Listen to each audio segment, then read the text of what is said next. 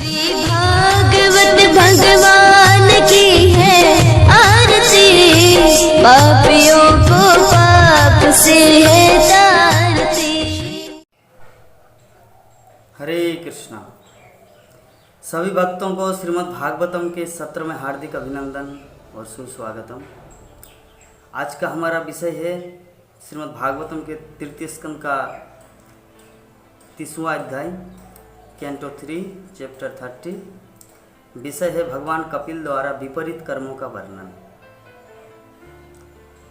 विपरीत कर्म का तात्पर्य है शास्त्रों के विरुद्ध आचरण, इसे कहा जाता विपरीत कर्म। तो माता देवहूति को भगवान कपिल जो बिंदु सरोवर के तट पर श्रीमद् भागवतम का आख्यान जो सुना रहे हैं, तो अपनी माता को बोले कि हे माता, कि जिस प्रकार बादलों का समूह वायु के शक्तिशाली प्रभाव से अपरिचित होता है, उसी प्रकार भौतिकतावादी व्यक्ति काल के द्वारा अपरिचित होता है। कहने का अर्थ है अल्टीमेटली कपिल देव अपनी माता को यही समझाना चाह रहे हैं कि जब कोई व्यक्ति पूरा दिन भर काम करता है और उसको कोई रियलाइजेशन ही नहीं होता कि मनुष्य जीवन का लक्ष्य क्या है, क्या होना चाहिए। मनुष्य जीवन सिर्फ गधे की तरह परिश्रम करने के लिए नहीं मिला, बल्कि आध्यात्मिक उन्नति, स्पिरिचुअल प्रोग्रेस के लिए मिला है। लेकिन जब वो इस तथ्य से अपरिचित होता है, इसका एग्जाम्पल क्या दिया गया है वायु का, कि वायु जिससे शक्तिशाली जो बादल का जो समूह होता है वर्षा के दिन में, बारिश के दिन में, तो बादल के समूहों को वायु पूर्ण रूप से ढकल देता है, उसको इधर से उधर छितर बितर कर देते हैं, क्योंकि वायु की शक्ति है। उसी प्रकार जो काल है, समय, इस समय किसी भी शक्तिशाली व्यक्ति को, किसी भी बड़े बड़े महान व्यक्ति को भी उलट पलट कर सकते हैं। यह है काल की और समय की शक्ति। कपिल देव आगे ये वर्णना कर रहे हैं कि जीव अनेक कठिनाई से परिश्रम करके वस्तुओं को इकट्ठा करते हैं, अनेकों परिश्रम करके ये बिल्डिंग बनाता है, बैंक बैलेंस, धन, रुपया, बहुत कुछ जमा कर लेता है, लेकिन काल सब कुछ विनष्ट कर देता है। क्योंकि समय इस संसार में सबसे बड़ी शक्ति जो है वो है काल। समय से बड़ा शक्ति इस संसार में कुछ भी नहीं है। आप कितना ही बड़े बड़े महान व्यक्तित्व का, चाहे नेपोलियन का बात कीजिए, हिटलर की बात कीजिए, सुकरात, प्लेटो, किरकेगार्ड, शोपेनहावर, जितने बड़े बड़े महान व्यक्तित्व, या जैसे डार्विन, खैर ये सब महान नहीं, महान उसे कहा जाता है जो भगवान का भक्त हो।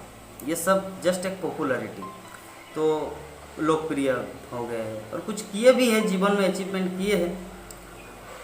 अचीवमेंट का तो वास्तविक अर्थ होता है जो भगवत संबंधी मनुष्य जीवन का जो लक्ष्य है उसको प्राप्त करना। इसी में कोई एक बल्ब का आविष्कार किया, कोई पंखे का आविष्कार किया है, एरोप्लेन का आविष्कार किया, ये मूल विषय नहीं है। मनुष्य जीवन का जो लक्ष्य होना चाहिए, मनुष्य एक आत्मा है, वो आत्मा अपने पुनः अपनी स्थिति में परमात्मा भगवान के साथ जब तक नहीं मिल जाता तब तक उनका जीवन का लक्ष्य पूरा नहीं होता। तो ये सब कैसे होता है? अज्ञानता के कारण। अज्ञानता के कारण वो अपने शरीर या अपने रिलेटिव संबंधी को ही अपने स्थायी मान लेता है। उसको पता ही नहीं रहता कि एक दिन उसका मृत्यु होगा, और मृत्यु के बाद आत्मा की गति है जो कर्म के अनुसार या तो नरक में जाना पड़ेगा या तो स्वर्ग में जाना पड़ेगा, लेकिन अल्टीमेटली छीने पुण्य मर्तलोकम विसंति, अल्टीमेटली उसको इस जगत में आना ही पड़ेगा पुनः काम करने के लिए, अपना कर्मफल भोगने के लिए। तो विषय वस्तु ये सब का मूल कारण क्या है? अज्ञानता। किस चीज़ का अज्ञानता? आत्म साक्षात्कार, कि व्यक्ति को आत्मा के बारे में कुछ नॉलेज नहीं है, ज्ञान नहीं है।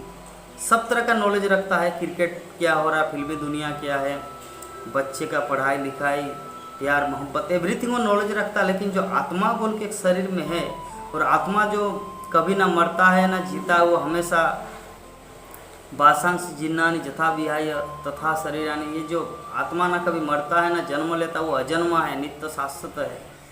ये सब का इन्फॉर्मेशन नहीं होने के कारण, अज्ञानता के कारण वो अपने परिवार को, अपने शरीर को, अपने संबंधी को ही स्थायी मान लेता है। और जब उनमें कुछ बाधाएं, कुछ प्रॉब्लम आता है तो वो दुखी हो जाते हैं। उसको पता नहीं कि इससे भी परे एक दूसरा संसार है जो भगवान के साथ हमारा ओरिजिनल स्थायी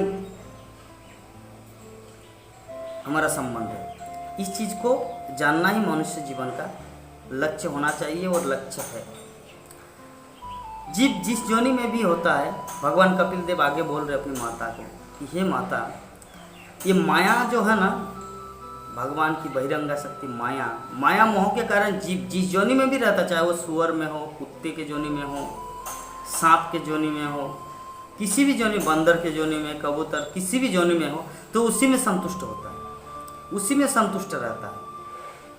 यहाँ तक कि अगर उसे नरक में भी भेजा जाए, नरक में भी रहना पड़े, अगर मान लीजिए किसी को नरक भेजा गया, तो नरक में जो योनि उसको मिला है, किसी भी तरह का जंतु बन चुके हैं, कुत्ता हो, जो भी, तो वो उसी में संतुष्ट रहता है। उसको पता नहीं चला कि कुत्ते से अगर हम मनुष्य बनेंगे तो थोड़ा आनंद उपभोग करेंगे, उसका फीलिंग नहीं आता। क्यों? क्योंकि कुत्ता है तो सोचता है कुत्ता जीवन is the best, dog life is the best life in this world, वो ऐसा सोचता है। क्यों? ये भगवान कपिल देव अपनी माता देवती को बता रहे हैं कि माया का मोह इतना प्रबल है कि आवरणात्मक, मतलब उस आवरण पूर्ण रूप से ढक देता है। तो यद्यपि सदैव चिंता से जलते हुए ये परिवार एक व्यक्तित्व का वर्णन, ऐसा नहीं कुत्ता बिल्ली की बात नहीं किया जा रहा है यहाँ पर। एक मनुष्य होकर अगर वो उनका आचरण या उनका जीवन का लक्ष्य या बुद्धि अगर कुत्ते जैसे हो, पशु जैसे हो, तो यहाँ पर भगवान कपिल देव उसी चीज़ का वर्णन कर रहे हैं कि यद्यपि वो सदैव चिंता में जलते रहते हैं, फिर भी वो मूर्ख अनेक प्रकार की अनिष्ट कार्य करता है अपने तथाकथित परिवार के भरण पोषण कर। यहाँ पे परिवार का उदाहरण दिया गया है कि गृहमेधी व्यक्ति जो सब समय चिंता में जलते रहते हैं, कैसे होगा, मेरे बेटी की शादी कैसे होगी, फिर उनका मेरा लड़का बड़ा हो गया, उसको कौन सा यूनिवर्सिटी में भेजेंगे, फिर उसका भरण पोषण, फिर उसका मेंटेनेंस, हॉस्टल चार्ज यूनिवर्सिटी में और जितना सारा खर्च, ये सब वो चिंता में जलते रहता है, जलता रहता है। इतना कष्ट है लेकिन फिर भी वो मूर्ख अनेक प्रकार से अनिष्ट काम करता है। अनिष्ट का अर्थ क्या है? अनिष्ट का अर्थ होता है जो करने योग्य नहीं है, पाप कार्य। पाप कार्य करके वो पैसा वगैरह इससे कमा लेते हैं, किस लिए? तथाकथित परिवार के भरण पोषण मेंटेनेंस करने के लिए। और आगे क्या है? आगे यही है कि वो उस स्त्री, अपनी पत्नी, वो स्त्री को अपना हृदय तथा इंद्रियां दे बैठता है। उसके बाद जो झूठे ही उसे माया से मोह ले लेते, I love you so much, I miss you too much, ये सब करके वो स्त्री की अपना हृदय इंद्रिया दे बैठता है और उसे माया से मोह लेती है। और उसके बाद उसके साथ वो एकत्र में, एकांत स्थान में, अकेले में आलिंगन करता है, इम्प्रेस करता है, संभाषण करता है विभिन्न प्रकार के, मैं तुम्हारे लिए चांद तारे तोड़ के ला सकता हूँ, you are my heart, you my soul, you my life energy, इस तरह बहुत कुछ बोलता है अपनी पत्नी को।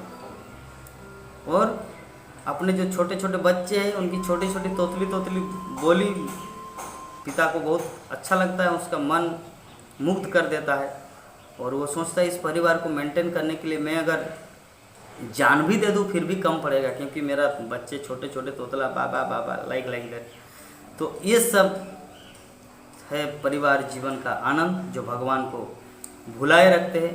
एक्चुअली देखिए, परिवार जीवन अगर कोई कृष्ण को अपना जीवन का केंद्र बिंदु बना के रहेंगे तो परिवार में भी वो भगवत दर्शन कर सकता है, क्योंकि भक्ति विनोद ठाकुर की वाणी है। भक्ति विनोद ठाकुर बोले हैं कि जे दिन गृह भजन देखी गृह ते बोलो भाई, मतलब जिस दिन में अपने घर में, अपने परिवार में, अपने बच्चे पत्नी के साथ भजन स्टार्ट किया, भगवान की भक्ति, संकीर्तन, नाम हरे कृष्ण महामंत्र का कीर्तन करना शुरू किया, वो दिन तो मेरे जीवन का गोलोक वृंदावन धाम मेरे घर में प्रकट हो गया। तो ऐसा अगर हो तो जीवन बहुत ही सरल तरीके से भक्ति के माध्यम से हम लोग अपना जीवन का लक्ष्य को प्राप्त कर सकते हैं। अगर इसके विपरीत मोह में फंस गया बेचारा, अगर जीव मोह में फंस गया, इसके बाद क्या होगा, इसके बाद क्या होगा, अपना प्राइमरी ड्यूटी जो भक्ति करना है मनुष्य जीवन का, जो अगर उस चीज़ को भूल कर उस मोह में पड़ गया तब बहुत ही